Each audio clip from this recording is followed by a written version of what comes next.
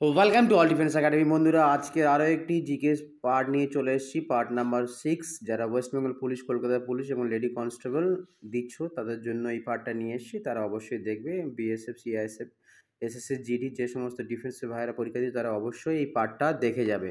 তো চলো বন্ধুরা, প্রশ্নটি শুরু করি। এখানে প্রশ্নটি কি বলছে? ঔরঙ্গজেবের পার্বত্য মুশিক বলে অভিহিত করেছেন। তো এখানে চারটে অপশন আছে বন্ধু, চারটে অপশনের মধ্যে কোন অপশন সঠিক হবে? এখানে চারটে অপশনের মধ্যে অপশন ডি এখানে সঠিক উত্তর হয়ে যাবে, শিবাজি এখানে সঠিক উত্তর হয়ে যাবে।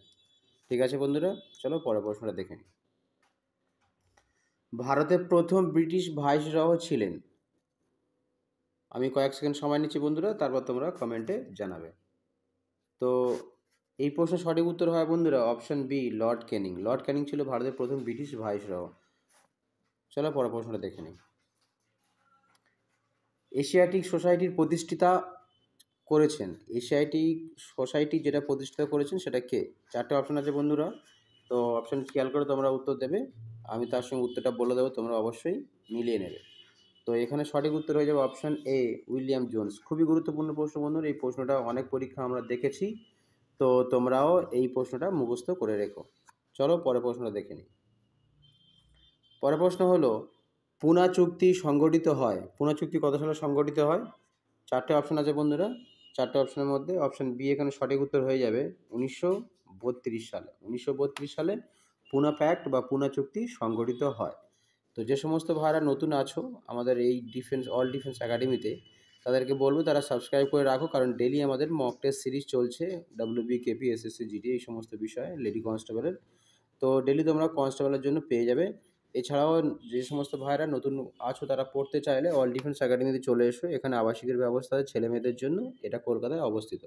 তো চলো পরের প্রশ্নটা দেখে নিই।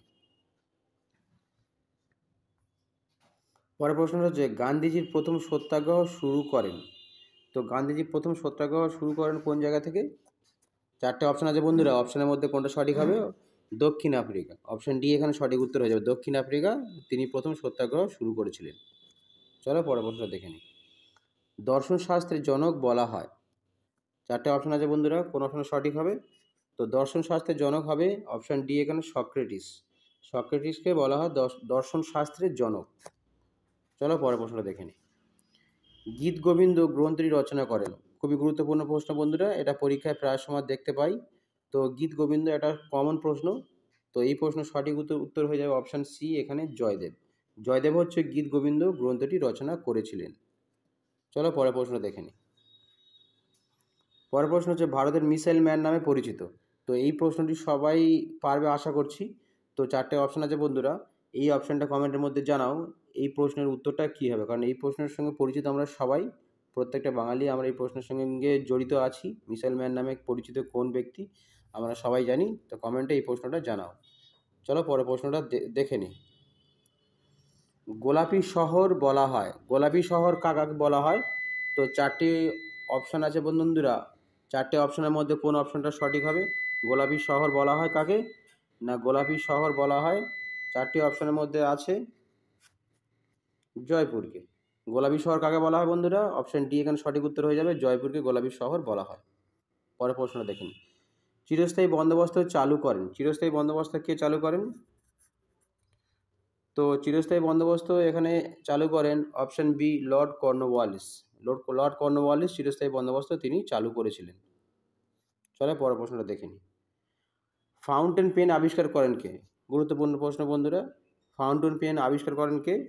না ফাউন্টেন পেন আবিষ্কার করেন অপশান এ এখানে সঠিক উত্তর হয়ে যাবে ওয়াটারম্যান। অপশান এ এখানে সঠিক উত্তর হয়ে যাবে ওয়াটারম্যান, ফাউন্টেন পেন আবিষ্কার করেন। চলো পরের প্রশ্নটা দেখে নিই। পরের প্রশ্নটা হচ্ছে, মাস্টার দা নামে পরিচিত হলো? মাস্টার দা নামে পরিচিত কে আছে বন্ধুরা? চারটে অপশান আছে, চারটে অপশানের মধ্যে অপশান এ এখানে সঠিক উত্তর হয়ে যাবে সূর্য সেন।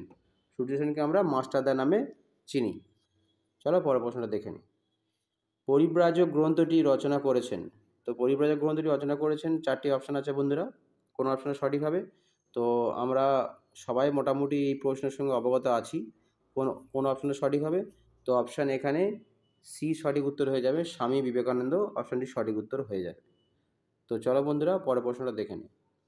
তো পরের প্রশ্ন বলার আগে বন্ধুদের বলবো, যে সমস্ত ভাইরা নতুন আছো আমাদের ইউটিউব চ্যানেলে অল ডিফেন্স একাডেমিতে, তারা অবশ্যই সাবস্ক্রাইব করে রেখো, কারণ ডেলি আমাদের মক টেস্ট সিরিজ চালু আছে। ওয়েস্ট বেঙ্গল পুলিশ এবং West Bengal lady constable, Kolkata police, Kolkata lady constable, এছাড়া এসএসসি জিডি ডিফেন্সের সমস্ত পরীক্ষার জন্য আমাদের মক টেস্ট সিরিজ চলছে।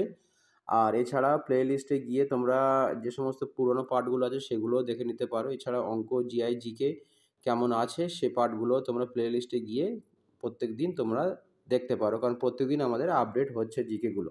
ঠিক আছে, আশা করছি বন্ধুরা তোমরা অবশ্যই তোমাদের উপকার হবে পরীক্ষাতে। যে সমস্ত আগামী দিনে পরীক্ষা আছে সেই পরীক্ষাগুলোর জন্য তোমরা প্রস্তুতি নিচ্ছ, তো এই মক টেস্ট সিরিজগুলো তোমাদের অবশ্যই কাজে লেগে যাবে। ঠিক আছে, তো চলো বন্ধুরা পরের প্রশ্নটা আমরা দেখে নিই। এখানে কি বলছে, শ্রী চৈতন্যদেব প্রবর্তিত ধর্মের নাম কি? তো শ্রী চৈতন্যদেব যে ধর্মটি গ্রহণ করেছিলেন বা যে ধর্মটি প্রবর্তিত করেছিলেন সেই ধর্মটির নাম কি আছে? এখানে চারটে অপশন আছে বন্ধুরা, চারটে অপশনের মধ্যে অপশন ডি এখানে সঠিক উত্তর হয়ে যাবে, বৈষ্ণব।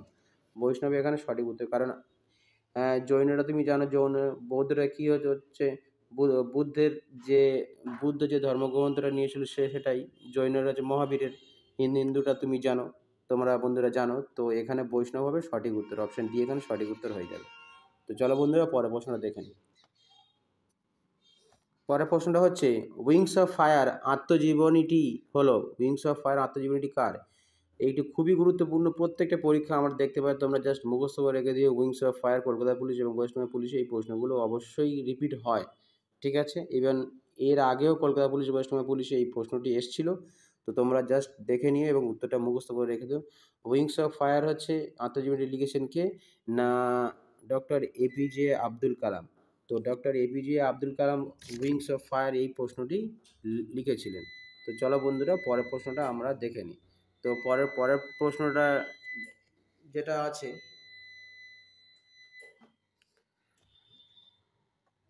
পরের প্রশ্নটা আমরা দেখে নেব।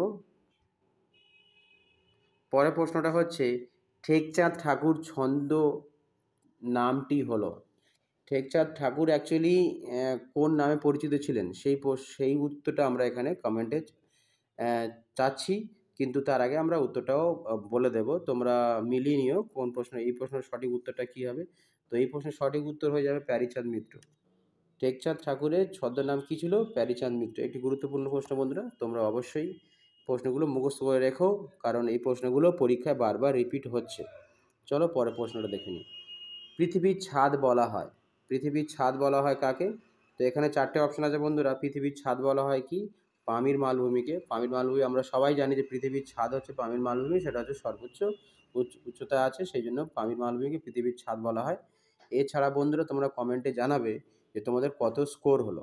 ঠিক আছে, কারণ আমরা জানতে চাইছি তোমাদের কত স্কোর হচ্ছে, এবং তার উপর ভিত্তি করে কোন বিষয়ের উপরে আমাদের ভিডিও আনলে তোমাদের সুবিধা হবে সেটাও কমেন্টে জানাবে। তার উপর ভিত্তি করে আমরা নেক্সট ভিডিও নিয়ে আসবো। ঠিক আছে, তো চলো বন্ধুরা পরের প্রশ্নটা দেখে নিই। এখানে কি বলছে, ভারতের ক্ষুদ্রতম রাজ্য।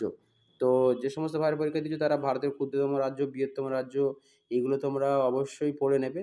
এছাড়া আমাদের মক টেস্ট সিরিজের মধ্যে এগুলো পাওয়া যাবে।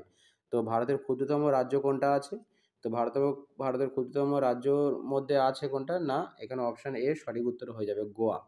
ঠিক আছে, এবং যদি বা বলা যায় যে ভারতের মানে যে বৃহত্তম জনসংখ্যা ভিত্তিক যে রাজ্য আছে, ঠিক আছে, সেটা যদি আমরা ভারতের বৃহত্তম বলি, তো সেটা আমরা উত্তরপ্রদেশও হিসাবে নিয়ে নিতে পারি।